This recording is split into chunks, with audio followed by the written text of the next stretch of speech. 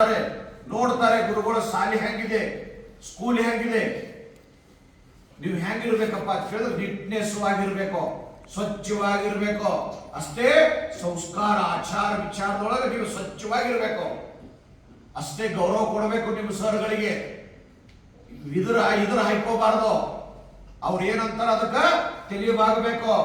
ಸರ್ಗಳು ಏನ್ ಹೇಳ್ತಾರ ಅದಕ್ಕೆ ತಿಳಿಯವಾಗಬೇಕು. ಅವ್ರು ಹೇಳಿದ್ದನ್ನ ಆಚರಣೆಗೆ ತರಬೇಕು, ಅನುಷ್ಠಾನಕ್ಕೆ ತರಬೇಕು. ಹೊರತಾಗಿ ವಿರೋಧ ಹೋಗುವಂತ ಕೆಲಸವನ್ನ ಮಾಡಬಾರದು.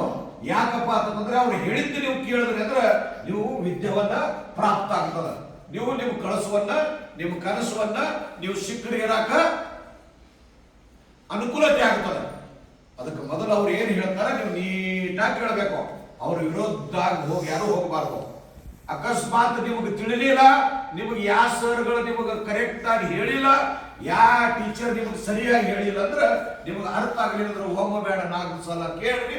ಆದ್ರೂ ಕೂಡ ಅರ್ಥ ಆಗ್ಲಿಲ್ಲ ಅಂದ್ರೆ ಸೀದಾ ನೀವೇನು ಮಾಡಿ ನನ್ನ ಕಡೆ ಬರ್ರಿ, ತಿಳಿತಾ, ನನ್ನ ಕಡೆ ಬರ್ರಿ, ಅದ್ರ ವ್ಯವಸ್ಥೆಯನ್ನ ಬೇರೆ ಮಾಡ್ತೀನಿ. ಅರ್ಥ ಆಯ್ತಾ? ಸರ್ಗಳು ಸರಿಯಾಗಿ ನಿಮ್ಗೆ ಕಲಿಸ್ತಾರೋ ಇಲ್ಲೋ, ನೀವೆಲ್ಲ ಸರಿಯಾಗಿ ಕಲಿಬೇಕು. ತಿಳಿಲಿಲ್ಲ ಅಂದ್ರೆ ಒಳ್ಳೆ ಕೇಳಬೇಕು. ಆದ್ರೂ ಕೂಡ ನಿಮಗೆ ನಿಮ್ಮ ಮೇಡಮ್ಗಳು ನಿಮ್ಮ ಸರ್ಗಳು ಸರಿಯಾಗಿ ನಿಮಗೆ ಹೇಳಿಲ್ಲ ಅಂದ್ರೆ ಸೀದಾ ಮ್ಯಾನೇಜರ್